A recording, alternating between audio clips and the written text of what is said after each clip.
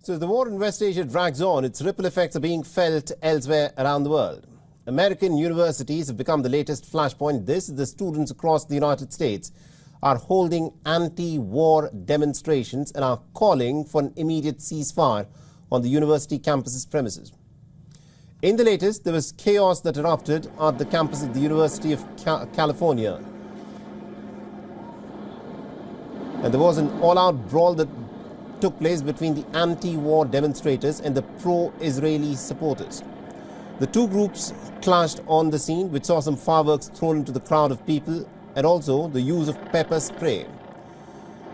Now, in this skirmish, many protesters reportedly attempted to draw out the wood pallets, plywood and metal fencing blocking the encampment. Overnight, the campus police also broke many fights.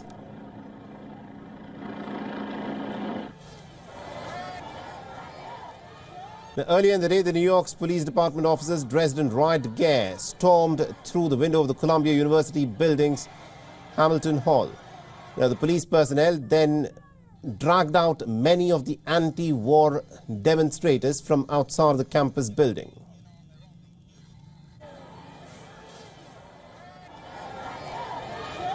Now, the police stormed into the Ivy League campus in New York City and made a push towards Hamilton Hall that had been renamed as Hind's Hall.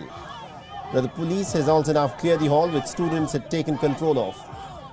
Hamilton Hall had been barricaded by the students who had vowed that they will fight any eviction as they were protesting the soaring death toll from the Israeli offensive on the Palestinians in the Gaza Strip, which has been carried out with the use of American weapons.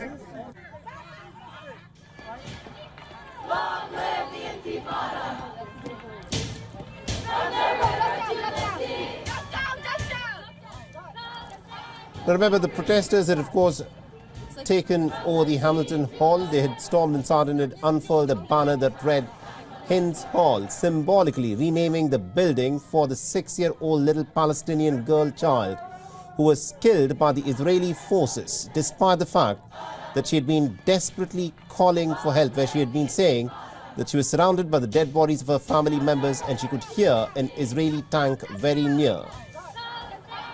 And 6 days later, her body was found.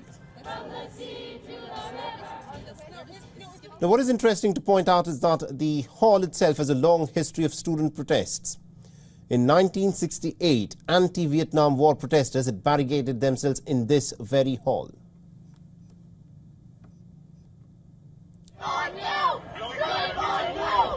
But during the raid by the police, dozens of other officers surrounded the nearby protest site. Onlooking students standing outside the campus jeered them with shouts of "Shame, shame." The officers were also seen leading the handcuffed anti-war demonstrators to police vehicles outside the campus gates. As of now, the police are yet to confirm as to how many of the anti-war protesters have now been arrested by the police. But reports indicate that the police has boarded at least about 50 detainees, that is student protesters, onto a bus, while nearly about 100 students are said to have been arrested by the police. Ambulances and other emergency service vehicles also stood by at the road. But according to reports, the raid has come after the president of Colombia asked the police officials to come to the campus to restore order and safety following an escalation in the demonstrations.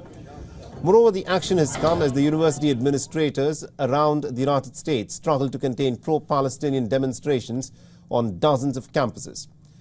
Now, the unrest has swept through the U.S. higher education institutions like wildfire. The protests have posed a huge challenge to university administrators who are trying to balance free speech rights with complaints that these rallies have veered into anti-Semitism and hate. But a lot of the protesters are saying that all that they want is for the United States of America to stop arming the state of Israel in this war. For all the latest news, download the WION app and subscribe to our YouTube channel.